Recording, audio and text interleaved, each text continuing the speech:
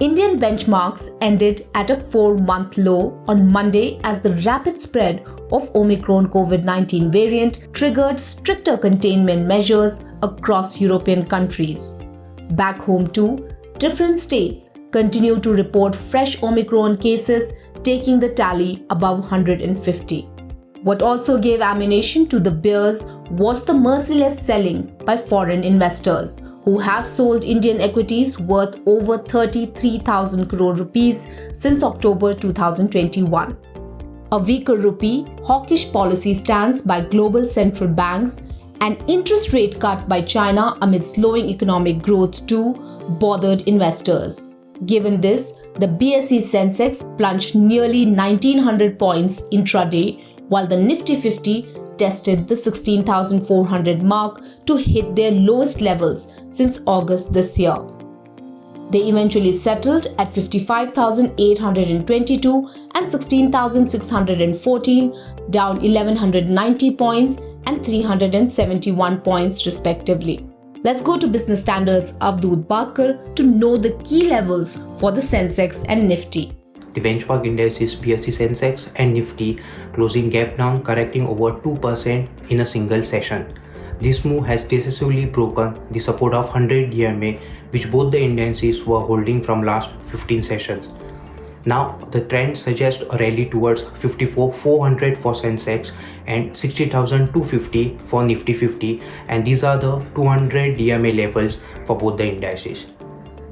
On the other side, 57,000 and 59,000 are the crucial resistance for Sensex and 17,000 and 17,600 for Nifty 50.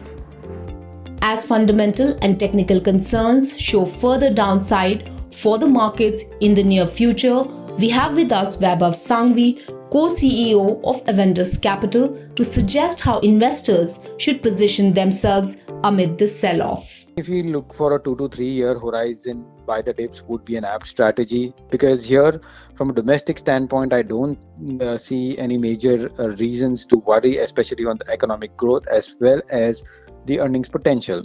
Now if those two things are something which kind of change going forward, then we may reconsider it, but at this, as we stand, my sense is basically these are not going away, and probably some good amount of dips should be utilized to kind of take exposures towards the markets. But mind it, I think the volatility will continue.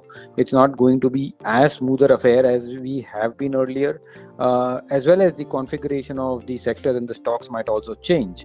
So it's going to be a little volatile and tricky, but buy the dip strategy should not be a bad one.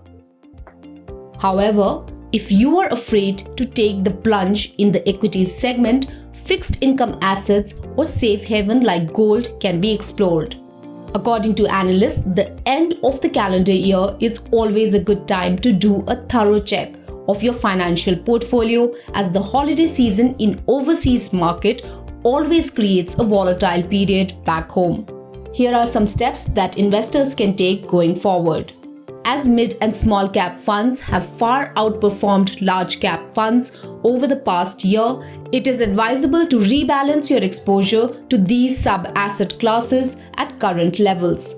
Secondly, looking at global stocks could be a better strategy at this hour, as it can provide investors access to asset classes and themes not easily available in India.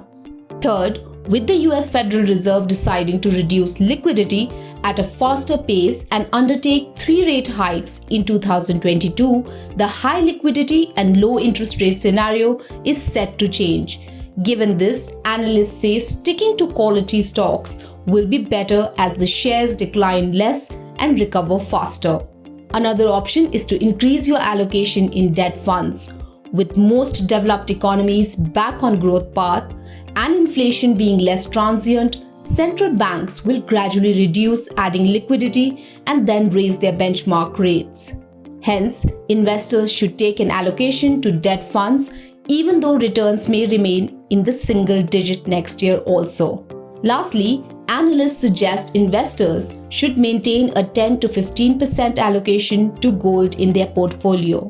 Overall, a combination of active management, multi-asset strategies, and asset allocation is likely to provide better outcomes in the near term as the period of easy money making across asset classes is over, says S. Narain, Executive Director and Chief Investment Officer at ICICI Prudential AMC. With no major event lined up in the domestic market, CMS Infosystems IPO and global trends will guide the markets on Tuesday. If you like this video, share it and subscribe to Business Standard. For more news, views and insights, log on to www.business-standard.com. Do also follow us on YouTube, Twitter, Facebook, Instagram, Telegram and LinkedIn.